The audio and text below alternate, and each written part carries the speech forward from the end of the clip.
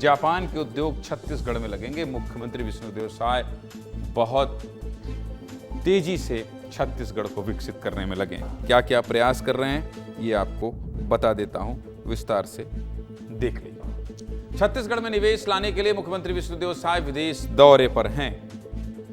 Mission निवेश के जरिए मुख्यमंत्री साय प्रदेश में उद्योग का विस्तार करने वाले हैं। सीएम के विदेश दौरे का आज दूसरा दिन भी अहम रहा है, इसलिए इस खबर को आपको दिखा देता हूं। जापान की राजधानी टोक्यो में सीएम साय ने आज एक बड़ी मीटिंग की, जिसमें जेट्रो के अधिकारियों से मुलाकात करके सीएम साय ने छत्तीसगढ़ में निवेश करने के लिए न्योता दिया। इस मीटिंग में जेट्रो के अधिकारियों ने छत्तीसगढ़ के साथ व्यापारिक संबंधों को मजबूत करने में गहरी रुचि दिखाई। इसके बाद जापान की एडवांस टेक्नोलॉजी से छत्तीसगढ़ में बहुत बड़े स्तर पर काम होने की संभावना है। जेट्रो क्या है भाई, मेरे भी समझ में नहीं आ रहा ये जेट्रो क्या है। जेट्रो जापान का एक सरकारी संगठन है जो जापान और बाकी दुनिया के बीच व्यापार, निवेश और आर्थिक सहयोग को बढ़ावा देता है। जेट्रो जापानी कंपनियों को भारत जैसे देश में अपना व्यापार बढ़ाने में मदद करता है और निवेश के अवसरों की जानकारी देता है। ऐसे में अगर जेट्रो छत्तीसगढ़ में निवेश करता है तो आईटी, टेक्सटाइल्स, ऑटोमोबाइल, इलेक्ट्रॉनिक्स और ऊर्जा के क्षेत्र में छत्तीसगढ़ बहुत आगे बढ़ेगा, जिसका सीधा लाभ प्रदेश की अर्थव्यवस्था को मिलेगा। इस विदेश दौरे के जरिए छत्तीसगढ़ सरकार प्रदेश को आईटी हब बनाने पर फोकस कर रही है। समझ गया। इसके पहले सीएम साय ने जापान की कंपनी एनटीटी लिमिटेड की सीईओ से मुलाकात की थी और डिजिटल क्षेत्र में तकनीक आधारित निवेश पर चर्चा की थी। इसको लेकर क्या कह रहे हैं अर्थशास्त्री डॉक्टर रविंद्र ब्राह्मो, सुनिए। छत्तीसगढ़ से और जापान के रिश्ते काफ़ी पुराने रहे हैं। 1960 से छत्तीसगढ़ से जो है आयरन ओर, खासकर बैलाडीला से जापान बड़े पैमाने पर निर्यात होता रहा है और जापान ने किरंदुल से लेकर विशाखापट्टनम तक इसके लिए रेल लाइन भी बिछाई थी। तो ये पुराना रिश्ता जापान और छत्तीसगढ़ का रहा है।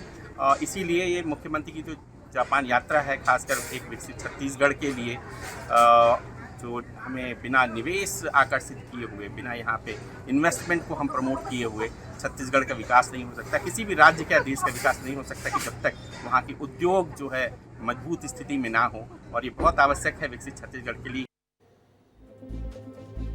मीटिंग के बाद सीएम साय राष्ट्रीय अंतरिक्ष दिवस पर आयोजित डीप स्पेस प्रदर्शनी में पहुंचे। इस प्रदर्शनी को भारतीय दूतावास ने आयोजित किया था, जिसमें सीएम साय ने अंतरिक्ष से जुड़ी बारीकियों की जानकारी दी। इससे राजनांदगांव में भारत सरकार की मदद से बनने वाले अंतरिक्ष निर्माण क्लस्टर को मजबूत दिशा मिलेगी और छत्तीसगढ़ के बच्चे अंतरिक्ष में जाकर भारत का नाम रोशन करेंगे। चलिए, जो मैंने आपको बता दिया, इससे ये तो समझ में आ गया होगा कि जापान में जाकर इस तरह की मेहनत अगर छत्तीसगढ़ में रंग लाई तो रंग लाएगी तो क्या होगा। जो प्रयास मुख्यमंत्री कर रहे हैं मृगेन जी, ये प्रयास अगर सफल होते हैं तो छत्तीसगढ़ के लिहाज से, यहाँ के युवाओं के लिहाज से, रोजगार के लिहाज से इसका क्या असर होगा।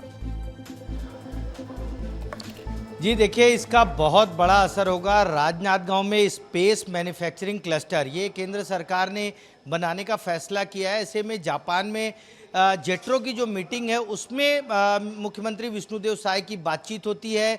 स्पेस टेक्नोलॉजी और स्पेस के जो मैन्युफैक्चरिंग यूनिट है वो राजनांदगांव में एक तरीके से क्रांति ला सकती है अगर सही तरीके से यहाँ जापान का निवेश हो जाता है। मुख्यमंत्री विष्णुदेव साय का फोकस भी हमने कल बताया कि वो नया रायपुर को किस तरीके से आईटी सेक्टर और तमाम चीज़ों में आगे बढ़ाना चाहते हैं। वहीं आज स्पेस टेक्नोलॉजी को लेकर स्पेस से जुड़े जो कंपनियां हैं उनसे चर्चा की है मुख्यमंत्री विष्णुदेव साय ने। छत्तीसगढ़ आप समझिए कि आदिवासी बहुल एरिया है, यहाँ बहुत सारे इंजीनियरिंग कॉलेज हैं और तमाम टेक्नोलॉजी से जुड़े लोग हैं। यहाँ के युवा उतने कैपेबल हैं, उतने क्षमतावान हैं कि स्पेस टेक्नोलॉजी का अगर छत्तीसगढ़ में निवेश होता है तो बड़े पैमाने पर रोजगार के अवसर पैदा होंगे, आर्थिक समृद्धि आएगी। और केंद्र सरकार ने पहले से ही राजनांदगांव को स्पेस मैन्युफैक्चरिंग क्लस्टर के रूप में डेवलप करने की तैयारी की है, घोषणा की है। ये प्रक्रिया अगर शुरू होती है और जापान से निवेश आता है तो आप समझ सकते हैं कि राजनांदगांव और वो पूरा एरिया, क्योंकि महाराष्ट्र का बॉर्डर है, तो उस तरफ से महाराष्ट्र के युवा और छत्तीसगढ़ के युवा एक बड़ा डेवलपमेंट वहां देखने को मिलेगा। और जापान की फायदा टेक्नोलॉजी मिलेगा निश्चित तौर पर। जापान की टेक्नोलॉजी आप बता रहे हैं, और दूसरा 2 राज्यों को इससे फायदा मिलेगा मुख्यमंत्री विष्णुदेव साय के इस प्रयास से। बहुत बहुत धन्यवाद आपका।